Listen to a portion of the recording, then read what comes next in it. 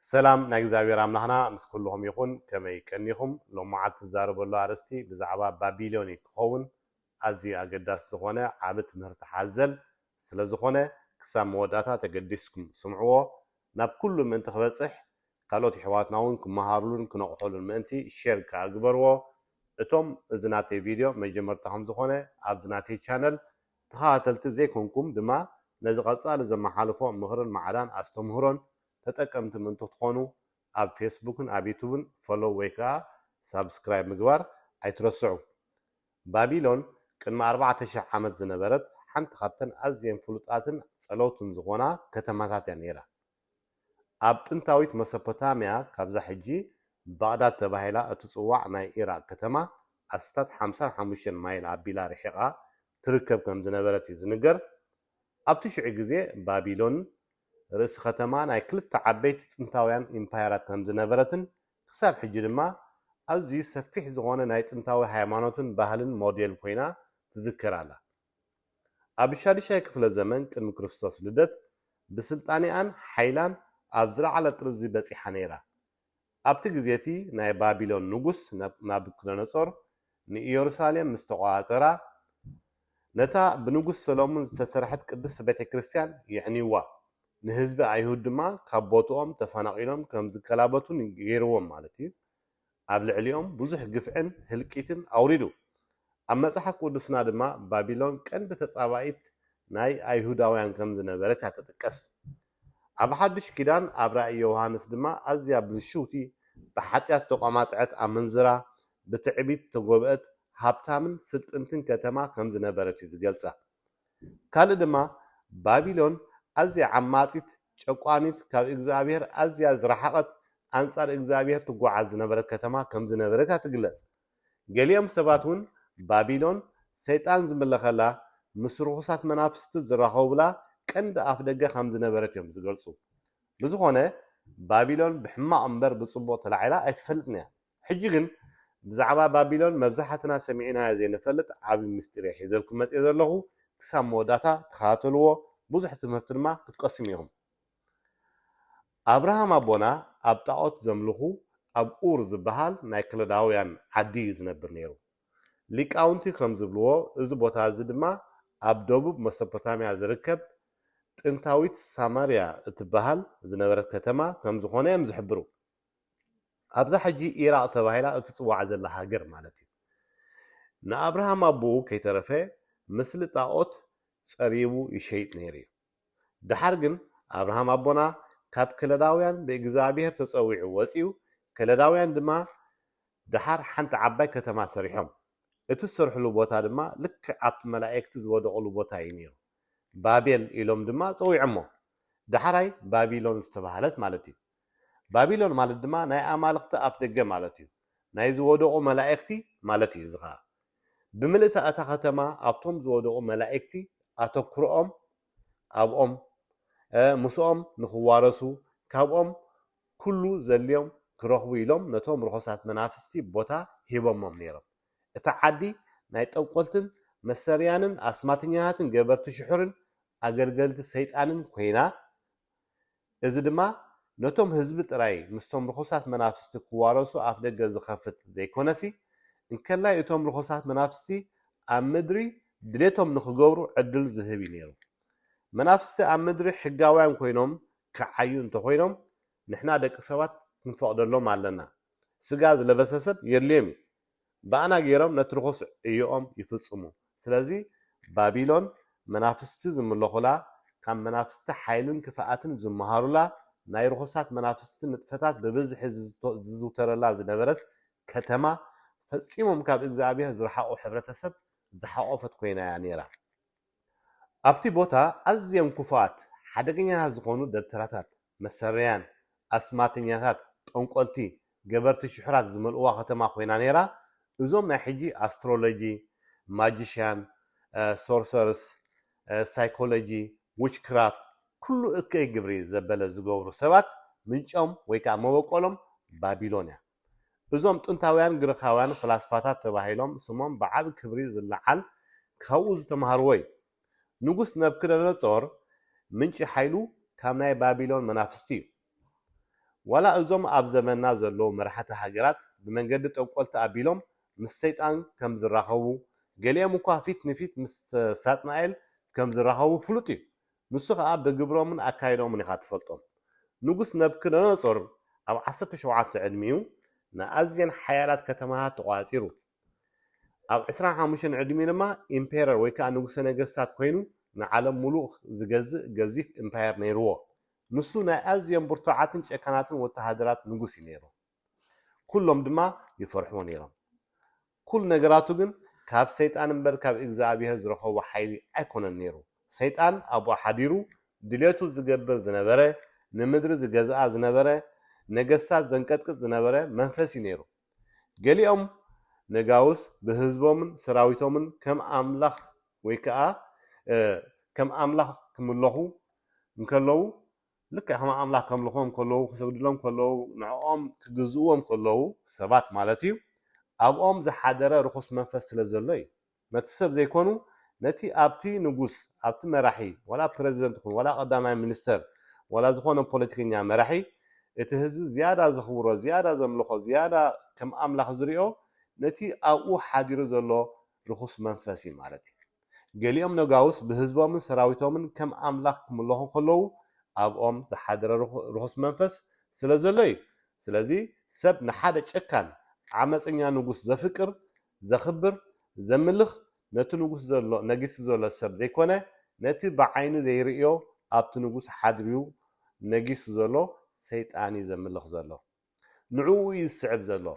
إزاي تردوهم قالوا السبات دما كما يجرم يم نزو نقص زفتوه إلهم بوام يقررهم بتم سبات مالتي ولا أنت تستوعي لكم رمسي نظام ديكتاتات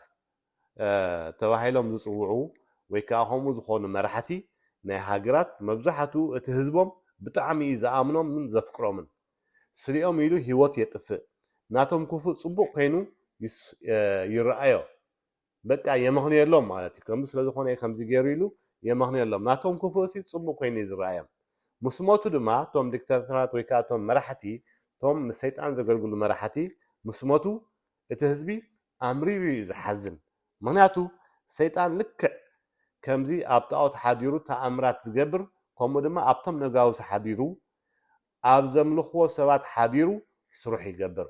أتوم مسوز تعارنو بنصه دم كأكيدان زاتو سبات تريتهم تجبارهم أتحاسبهم أكايدهم ناتيهم دورسو سيطان دما نعوم كمز فرحون كمز خبرون يجبرهم يحيلهم يسيطنهم زدلي وها يجبرلهم إت سيطان أبسب حديرو هاجر يم حدر نعلم جزء دم سب سلازم مجب حنساب قينات حنساب دركي حنساب مأسرتي حنساب مجرفتي عمس سدت نداجبره نتهزبي يدفع سدرابي تعنو هيمانو تطفئ بجبر سدومن بزموت نجيرو دما تولد يطفئ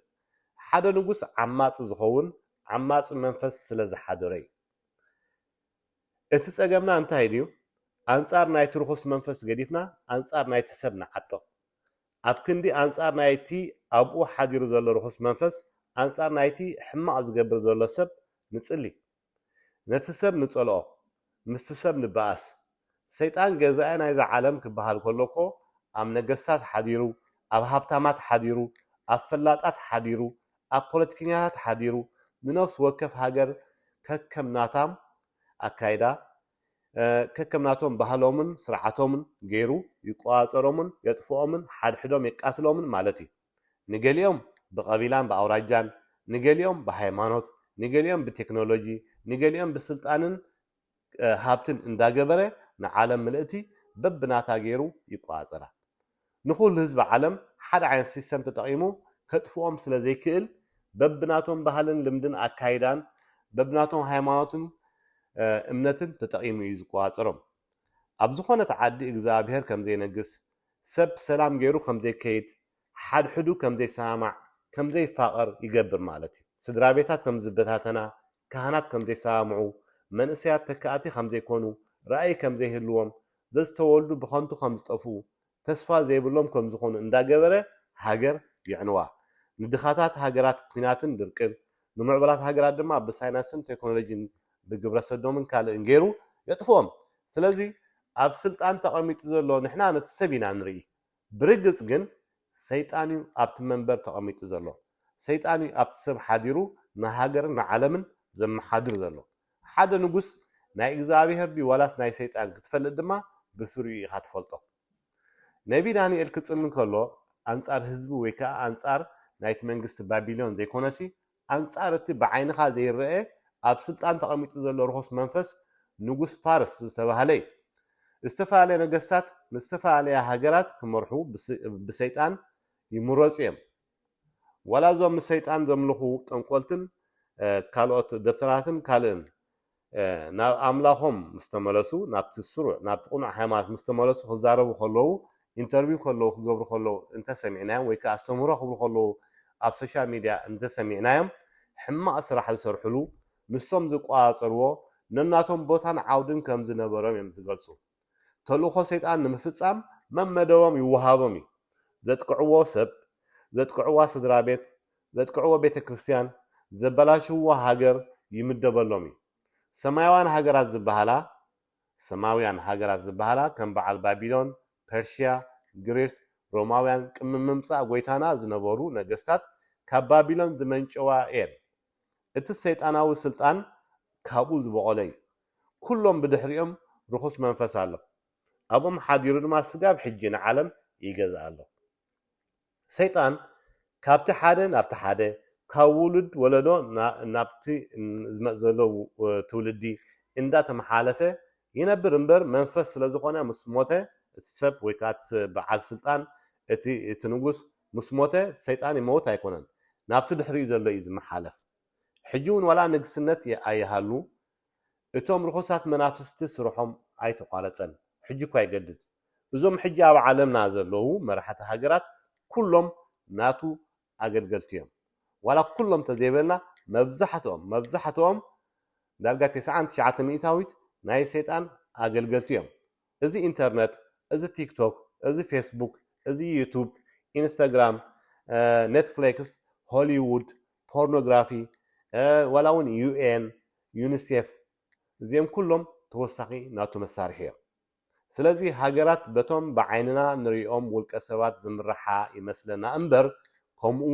ኣይኮነን እንታይ ደኣ በቶም ነታ ሃገር ዝተመደቡ ርኩሳት መናፍስትን ንዕኦም ዕድል ዝህቡ ምስኦም ዝተቋረኑ ውልቀ ሰባትን እዩ ሓደ መንግስቲ ወይ ከዓ ሓደ ንግስነት ንሓሊእ መንፈስ እዩ ዝግዛእ ወይ ንመንፈስ እግዚኣብሔር ወይ ከዓ ንመንፈስ ሰይጣን ንሃገር ዘጥፋኣ ሕብረተሰብ እውን ዘዕኑ ባህልን ክብርታት ናይ ሃገር ዘዕኑ ኣብ መራሕቲ ሃገር ብምሕዳር ጥራይ ዘይኮነሲ ኣብ ውሽጢ መራሕቲ ሃይማኖት ሓዲሩ ዘስዕቦ ዕንወት እውን ኣዝዩ ከቢድ እዩ እዚ እውን እቲ ዝበኣሰ እዩ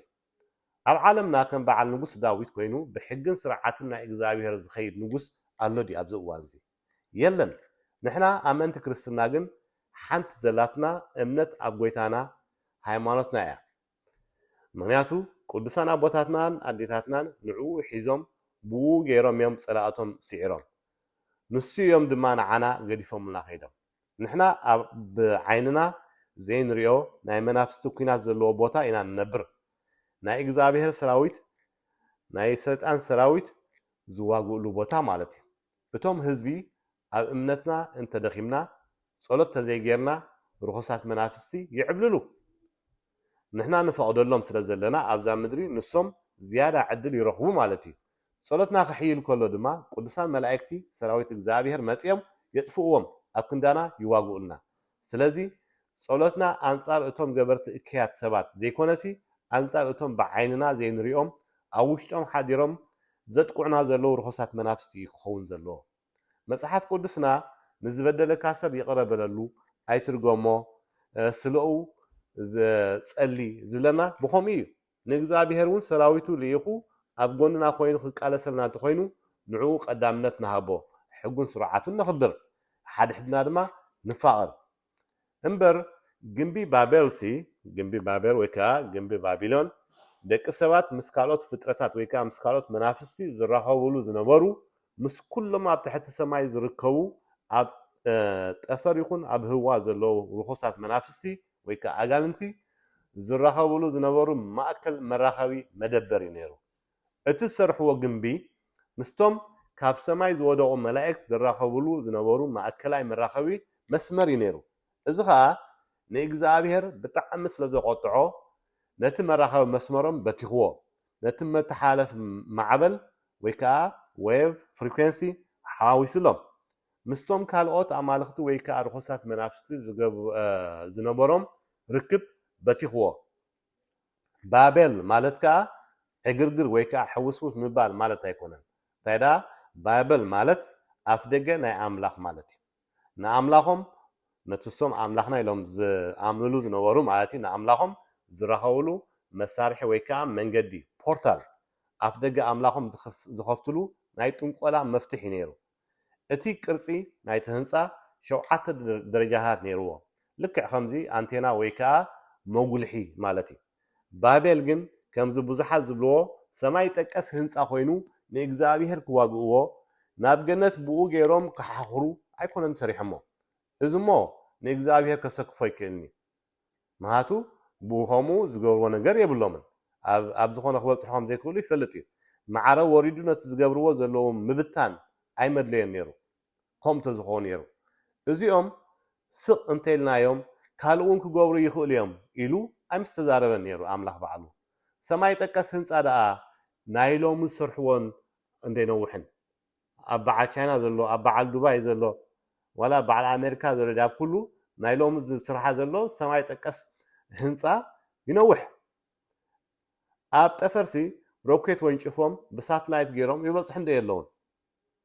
ስለዚ ህንፃ ሰሪሖም ናብ እግዚአብሔር ዘለዎ ክሓኽሩ ምድላዮም ኣይኮነን እቲ ምኽንያት ከምቲ ኣቐዲመ ዝጠቐስክዎ ንሰይጣን ኣብ ብርኽ ዝበለ ኮይንካ መስዋዕቲ ሰዊእካ ንሱ ዝሃበካ ጥበብ ተጠቒምካ እግዚአብሔር ንወዲ ሰብ ክበፅሖ ዘይፈቐዶ ማዕፆ መኽፋት ይክኸውን ዘለዎ እቲ ዕላማ ክገብርዎ ስለ ዝኽኣሉ ድማ እቲ ዝገብሮ ነበሩ ስለ ዝተዓወትሉ እግዚአብሔር በዓሉ መፂኡ ጠጠው ኣቢልዎ እቲ ሓደ ቋንቋ ነይርዎም ዝተባሃለ እውን ከምዚ ንሕና ንዛረቦ ሓደ መረዳድኢ ቋንቋ ነይርዎም ማለት ጥራይ ዘይኮነሲ እንታይ ደኣ ሓደ ጥርኑፍ ዝኾነ ናይ ብዙሓት እኩባት ሰባት ናይ ሓባር ጦብላሕታን ድምፅን ጭርሖን እዩ ናይ ኩሎም ሓሳብን ድሌትን ጸሎትን ንሰይጣኖም ማለት እዩ ነትሶም ዘምልኽዎ ዘውፅዎ ድምፅን ድማ ብሓባር ብሓፂር ማዕበል ይጓዓዝ ሾርት ዌቭ ናብ ሰማይ ይቃላሕ ኩሉ ዘውፅዎ ድምፂ ሓደ ዓይነት ኖታ ዘለዎ ኮይኑ ይቃላሕ ማለት እዩ እዚ ናይ እኩባት ህዝቢ ሓቢሮም ዘቃልሕዎ ድምፂ ኣዝዩ ሓደገኛ ዝኾነ ኣምላኽ ንወዲ ሰብ ዘይፈቐዶ ነገር ንኽረኽቡ ይሕግዞም ነይሩ ብሓባር ኮይኖም ከምዚ ናይ ህንዱ ወይ ከዓ ናይ ዮጋ ምስ መናፍስቲ ክራኸቡ ከለዉ ዝገብርዎ ድምፂ ቻንቲን ማለት እዩ ከምኡ ይገብሩ ነይሮም እግዚአብሔር ማዕረ ካብ ሰማይ ወሪዱ ስረሖም ጠጠው ከብል ቋንቋም በታቲኑ ፋሕ ዘበሎም እቲ ዝገብርዎ ዝነበሩ ስለ ዝሰርሐ እምበር ዘይሰርሕ ብላሽ ስለ ዝኾነ ኣይኮነን ክኸፍትዎ ዘይግብኦም ማዕፆ ክኸፍቱ ስለ ዝጀመሩ ንዕኡ ስለ ዝኸፈቱ እዩ እቲ ንሶም ነቲ ግንቢ ባቤል ሃኒፆም ብሓደ ድምፂ ጨዲሮም ድዮም ከምዚ ናይ ዮጊ ወይ ከዓ ሂንዱ ቻንት ገይሮም ድዮም ከምዚ ናይ ጠንቆልቲ ዝገብርዎ ፍሉይ ድምፂ ገይሮም ድዮም መቸም ነቲ እግዚአብሔር ንደቂ ሰባት ክበፅሕዎ ዘይደለየ ደረጃ ክበፅሑ ክኢሎም ከምዚ ናይ ሕጂ 5G AI ካልእ ዝበሃል ናይ ቴክኖሎጂ ምዕባለ ናይ ኢንተርኔት ሲስተም ማለት እዩ እግዚአብሔር ግን መጀመርያ ነቲ ዝሰርሕዎ ህንፃ ዘይኮነ ኣፍሪስዎ እንታይ ገይሩ ነቲ ንሶም ዝገብርዎ ዝነበሩ ንጥፈታት እዩ ከምዘይሰርሕ ገይርዎ መራድኡ ቋንቋኦም ዘባሪቑ ከምዘይረዳድኡ ገይርዎም ብሓደ ሰሚሮም ከምዘይጨድሩ ዝተዓፅዎ ማዓፆ ከምዘይከፍቱ ገይርዎም ነቲ ሓቢሮም ፈጢሮሞ ዝነበሩ ፍሪኩዌንሲ መራኸቢ መስመር ወይ ከዓ ሲግናል በቲኹ ኣብ መላእ ዓለም ፋሕ ከም ዝብሉ ገይርዎም ጥርናፈ ወይ ከዓ ውህደት ዘለዎ ናይ ደቂ ሰባት ሓባራዊ ስነ ሓሳብን ፃዕርን መትሓዝ ዘይብሉ ኣዝዩ ሓደገኛ ክኸውን ይኽእል እዩ ብፍላይ ምስ እግዚአብሔር ገዲፎም ምስ መናፍስቲ ክራኸቡ እንትጀሚሮም ኣዝዩ ሓደገኛ እዩ ዝኸውን ከምኡ ስለ ዝኾነ እዩ ድማ እዚኦም ስቕ እንተይልናዮም ዘይገብርዎ የብሎምን ንኺት ንበታትኖም ኢሉ እግዚአብሔር ዝተዛረበ ምናልባት እቲ ዝገብርዎ ዝነበሩ ነገር ንደቂ ሰባት ዘይኮነ ነቲ ብእግዚአብሔር ዝጸደቀ ንደቂ ሰባት ዝቆፃፀር ሕግን ስርዓትን ሕጊ ተፈጥሮ ዘፍርስ ወይ ከዓ ዝጻረር ክኸውን ይኽእል እዩ እንደቂ ሰባት ካብ ቁጽጽርን ህላውነትን እግዚአብሔር ዝበትኽ ክኸውን ይኽእል እዩ እግዚአብሔር ድማ ምእንቲ ነቲ ንሱ ዝፈቐዶ ደረጃ ወይ ከዓ ጽፍሒ ከይበጽሑ ይቕሬታ ንሱ ዘይፈቐዶ ነቲ ንሱ ዘይፈቐዶ ንወዲ ሰብ ዘይፈቐዶ ደረጃ ወይ ከዓ ጽፍሒ ወይ ከዓ ለበል ምእንቲ ከይበጽሑ ክኽፈት ዘይግብኦ ማዕጾ ምእንቲ ከይከፍቱ ንዓና ዘይጠቅም ንዓና ዘጥፍኡን ክኸውን ይኽእል እዩ ንዕኡ ምእንቲ ከይከፍቱ መጀመርያ ቋንቋኦም ድሓር ሃይማኖቶም ድሕሪኡ ሃገሮም ከምኡውን ዓለቶም በታቲኖም ገሊኦም ተመራመርቲ ኩሉ ወዲ ሰብ ምስ ኣብ መላእ ዓለም ዝርከብ ካልእ ሰብ ወይ ከዓ ፍጥረት ክራኽቦ ዝኽእል ፀጋ ስፔሲፊክ ቫይብሬሽን ሒዙ ዝውለድ እዮም ዝብሉ ብኣካል ዘይኮነስ ብመንፈስ ማለት እዩ እዚ ብቴሌፎንን ብኢንተርኔትን ብሳተላይትን እንራኸቦ ዘለና ገለ ውፅኢት ናቱ እዩ እዚ ናይ ዓለም ሲስተም ግን ብዝተፈላለየ ቋንቋ ብትምህርቲ ብሃይማኖት ብፖለቲካ ብኻልእን ገይሩ ንሕና ነዚ ተዋሂብና ዘሎ ፀጋ ቀልጢፍና ከምዘይ ንለልዮን ከምዘይ ንጥቀመሉን ይገብረና ኣሎ ገለ ውሕዳት ሰባት ግን ንዕኡ ኣለልዮም ይጥቀምሉ ኣለዉ ብቴክኖሎጂ ብሃብትን ስልጣንን ድማ ገዛኣት ናይዚ ዓለም ኮይኖም ንግዚኡ ምስ ሳጥናኤል ኣቦኦም ተጸምቢሮም ነጊሶም ኣለዉ ስጋብ ክርስቶስ መጽእ ዘጥፎም ሕማቅ ግብሮም እንዳተዋረሰ ክጸንሕ እዩ ኣዝዩ ሓደገኛ ዝኾነ ብዙሕ ጥፍኣት እውን ከኸትል እዩ እግዚአብሔር ዓይን ልቦና ክፈተልና ኣሜን